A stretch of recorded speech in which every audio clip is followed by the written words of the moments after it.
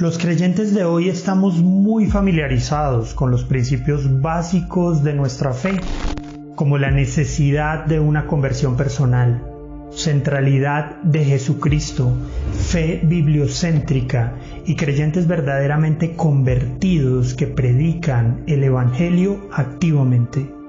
Aunque lo anterior nos parezca obvio, antes del siglo XVIII estos principios no eran del todo practicados en el protestantismo, ya que la mayoría de las iglesias estaban más preocupadas por su doctrina histórica y por su relación con el poder. Es en ese entorno de inconformidad con la iglesia establecida en el que nació el movimiento evangélico.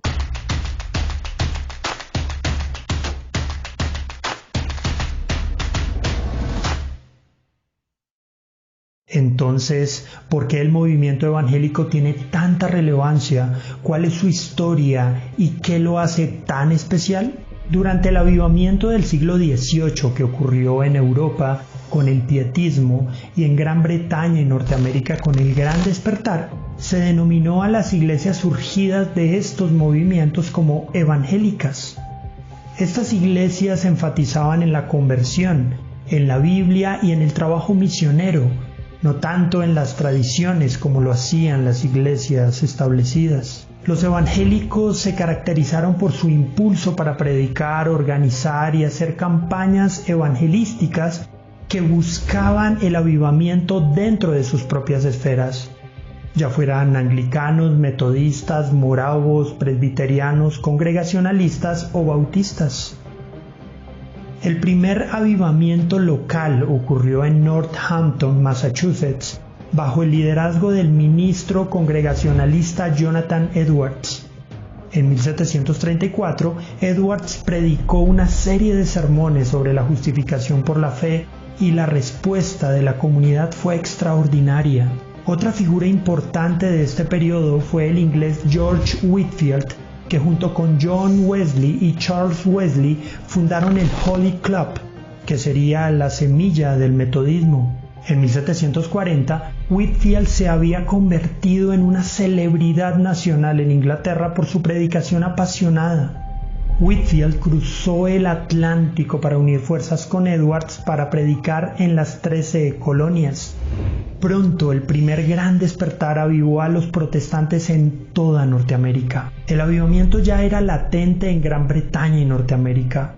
Los panfletos y sermones atravesaban el Atlántico en las dos direcciones difundiendo el mensaje evangélico. En Inglaterra, figuras evangélicas de la iglesia anglicana como John Newton, William Wilberforce y Joseph Milner fueron muy influyentes.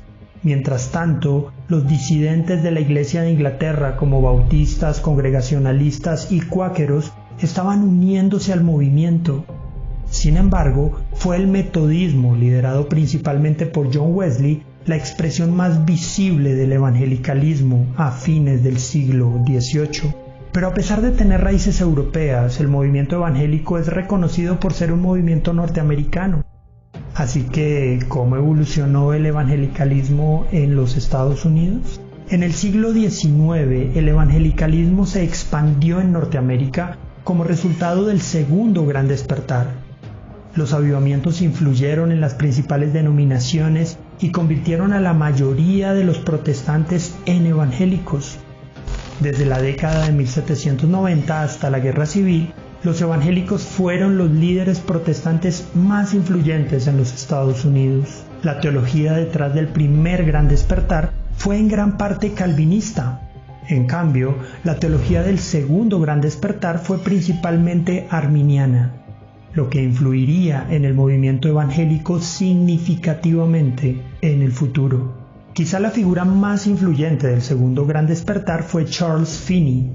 Finney creía que si los hombres podían escoger aceptar o rechazar el Evangelio, entonces había que aprovechar los últimos avances científicos y de comportamiento humano para predicar.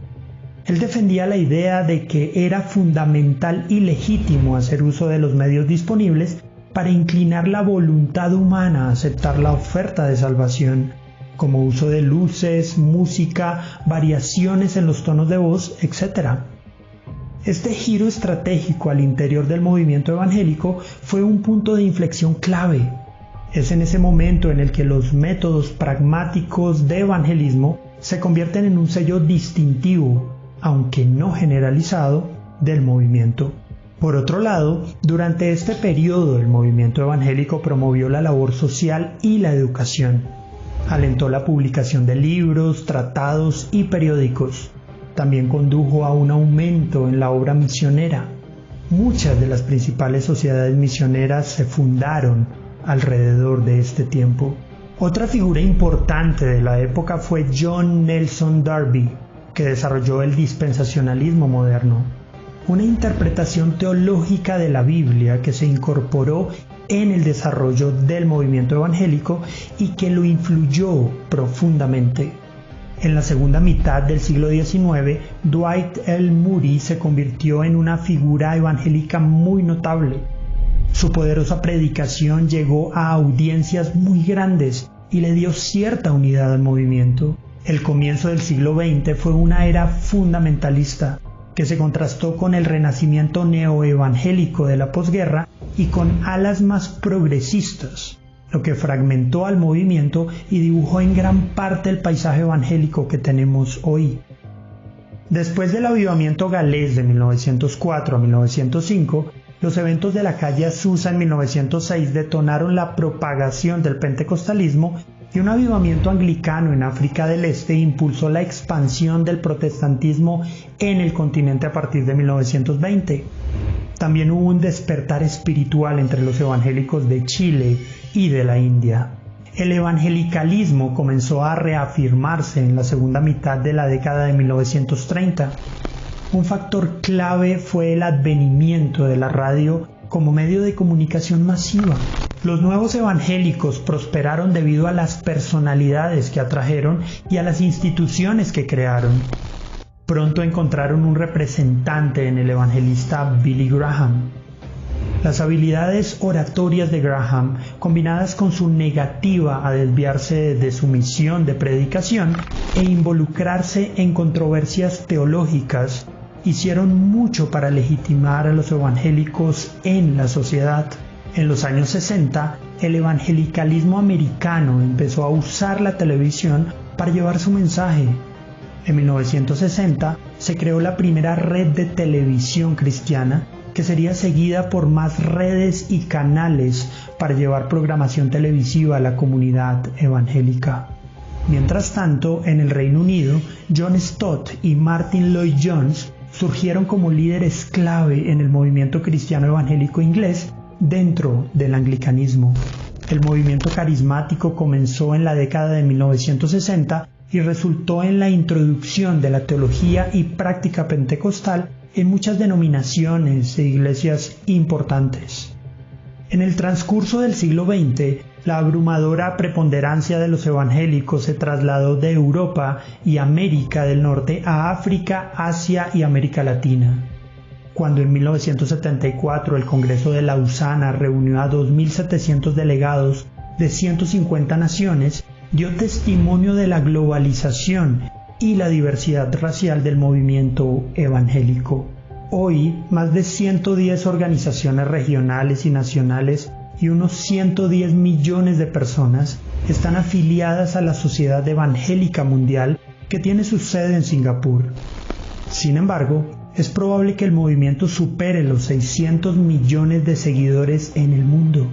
Dentro de los principales legados que podemos destacar del movimiento evangélico se encuentran la predicación activa en radio y televisión, la fundación de escuelas y seminarios teológicos para la formación doctrinal, un ferviente espíritu misionero y la capacidad para ser una fuerza de gran influencia en la sociedad.